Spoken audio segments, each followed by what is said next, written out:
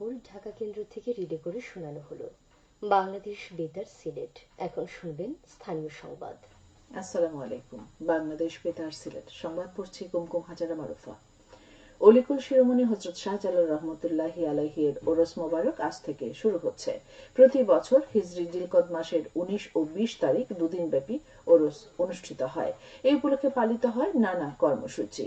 দেশে বিদেশের বিপুল সংখ্যক ভক্ত এতে অংশ নেন। চিরাচরিত প্রথা অনুযায়ী এবার অনুষ্ঠিত হচ্ছে দুদিন ব্যাপী ওরস। কর্মসূচির মধ্যে রয়েছে জিকির আজকার, খতমে কোরআন, আখিরি মোনাজাত ও সিন্নি বিতরণ। ওরস মোবারককে ঘিরে শাহজালালের দরগা এলাকায় নেওয়া হয়েছে ব্যাপক প্রস্তুতি। ইতিমধ্যে দেশের বিভিন্ন প্রান্ত থেকে ভক্ত আশেকানরা দলে দলে জড়ো হচ্ছেন দরগা প্রাঙ্গণে। শান্তিপূর্ণভাবে ওরস মোবারক সম্পন্ন করতে প্রশাসন এবং মাজার কর্তৃপক্ষ বিভিন্ন পদক্ষেপ গ্রহণ করেছেন। আজ দিবাগত রাতে অনুষ্ঠিত হবে আখিরি মোনাজাত।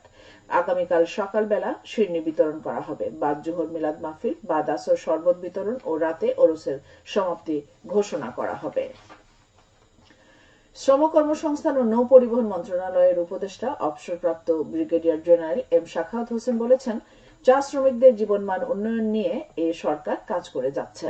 তিনি গতকাল মৌলভীবাজারের শ্রীমঙ্গলে শ্রম দপ্তরে চা বাগান শ্রমিক ইউনিয়ন নেতৃবৃন্দের সাথে মত বিনিময় সভায় প্রধান অতিথির বক্তব্যে এসব কথা বলেন। উপদেষ্টা আরো বলেন, চা শ্রমিকদের বেতন ভাতা বৃদ্ধির বিষয়টি সরকার গুরুত্বের সঙ্গে বিবেচনা করছে। মত বিনিময় সভায় সভাপতিত্ব করেন শ্রম ও কর্মসংস্থান মন্ত্রণালয়ের সচিব AHM শফিকুজ্জামান। এতে চা শ্রমিকদেরও নেতৃবৃন্দ উপস্থিত ছিলেন। দ্রুত পরিবর্তনশীল সমাজে জাদুঘরের ভবিষ্যৎ, এই প্রতিপাদ্যকে সামনে রেখে সারা দেশের মতো সিলেটে আজ পালিত হচ্ছে আন্তর্জাতিক জাদুঘর দিবস। ঐতিহাসিক নানা নিদর্শন সমূহ সংরক্ষণ ও প্রদর্শনের পাশাপাশি জাদুঘর সমূহকে মানব সভ্যতার অভিন্ন ঐতিহ্য সংরক্ষণে প্রচার ও যোগাযোগের কেন্দ্র হিসেবে তুলে ধরা এবং বিশ্ব সভ্যতায় নিজেদের অবস্থান সমুন্নত রাখাই এই দিবসের উদ্দেশ্য। এছাড়া জাদুঘর সমূহ মানুষের মধ্যে সাংস্কৃতিক বিনিময়, সাংস্কৃতিক সমৃদ্ধি, পারস্পরিক সমঝোতা, সহযোগিতা ও শান্তি প্রতিষ্ঠায় গুরুত্বপূর্ণ উপায়।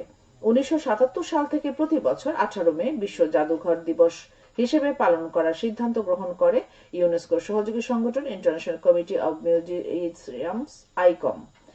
দিবসটি উপলক্ষে বিভিন্ন সামাজিক ও সাংস্কৃতিক সংগঠন বিস্তারিত কর্মসূচির আয়োজন করেছে। এ সকল কর্মসূচির মধ্যে রয়েছে সচেতনতামূলক র্যালি ও আলোচনা সভা।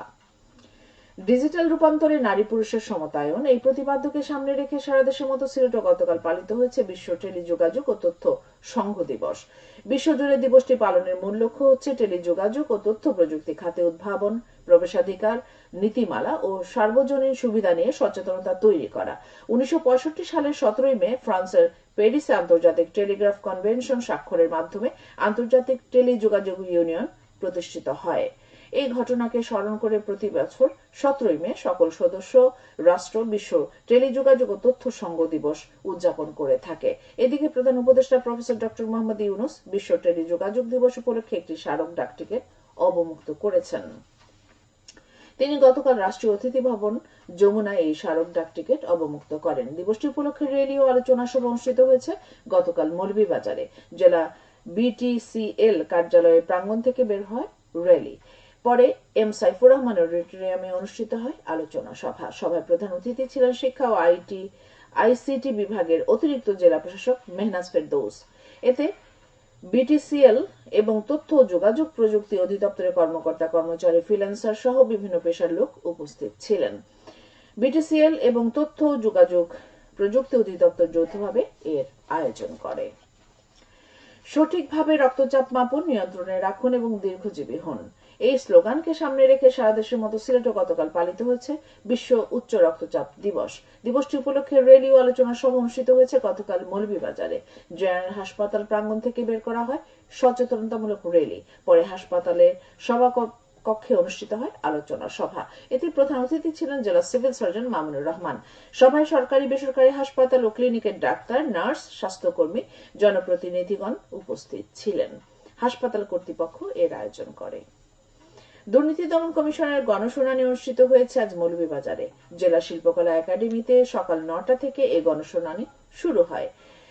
মৌলভীবাজারের জেলা সদরে অবস্থিত সরকারি আধা সরকারি স্বায়ত্তশাসিত দপ্তরে সেবা পেতে ঘোষ, ক্ষমতার অপব্যবহার, সরকারি সম্পদ ও অর্থ আত্মসাৎ, অবৈধ সম্পদ অর্জন, অর্থ পাচার সহ হয়রানি বা দুর্নীতির শিকার ব্যক্তিদেরও অভিযোগের উপর গণশুনানি অনুষ্ঠিত হবে। দুদকের হবিগঞ্জ সমন্বিত জেলা কার্যালয়ের আয়োজনে এবং মৌলভীবাজার জেলা প্রশাসন ও দুর্নীতি প্রতিরোধ কমিটির সহযোগিতায় এই শুনানির আয়োজন করা হয়েছে।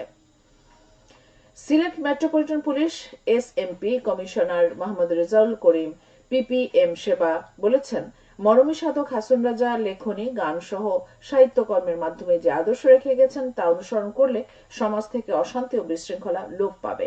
মরমী দর্শনের চর্চা ও বিকাশ সমাজ থেকে অন্যায় অনাচার দূর করে। এই দর্শন মানুষের প্রতি মানুষের মমত্ববোধ ও দরদ বৃদ্ধি করে। হাসন রাজা ছিলেন উঁচু পর্যায়ের মানুষ। তার আদর্শকে ধারণ করে নিজেদের পরিচালনা করলে আমরাও উঁচু পর্যায়ের মানুষ হতে পারব। গতকাল নগরীর তালতলাস্থ একটি রেস্টুরেন্টের সম্মেলন কক্ষে হাসন রাজা লোকসাহিত্য ও সংস্কৃতি পরিষদ সিলেট বাংলাদেশ 2025-27 সালের কেন্দ্রীয় কার্যনির্বাহী কমিটির অভিষেক অনুষ্ঠানে প্রধান অতিথির বক্তব্যে তিনি এসব কথা বলেন। সবশেষে আবহাওয়া। আজ বেলা 1টা পর্যন্ত পূর্বাভাসে বলা হয়েছে, সিলেটের পার্শ্ববর্তী এলাকায় আজ কোনো সতর্কবাণী নেই এবং কোনো সংকেত দেখাতে হবে না। আজ সিলেটে সূর্যোদয় হয়েছে 5টা 7 এবং সূর্য অস্ত যাবে সন্ধ্যে 6টা 31। সংবাদ শেষ হলো। আমাদের পরবর্তী স্থানীয় সংবাদ প্রচারিত হবে বিকেল 4টা 30। পরকালের শেষ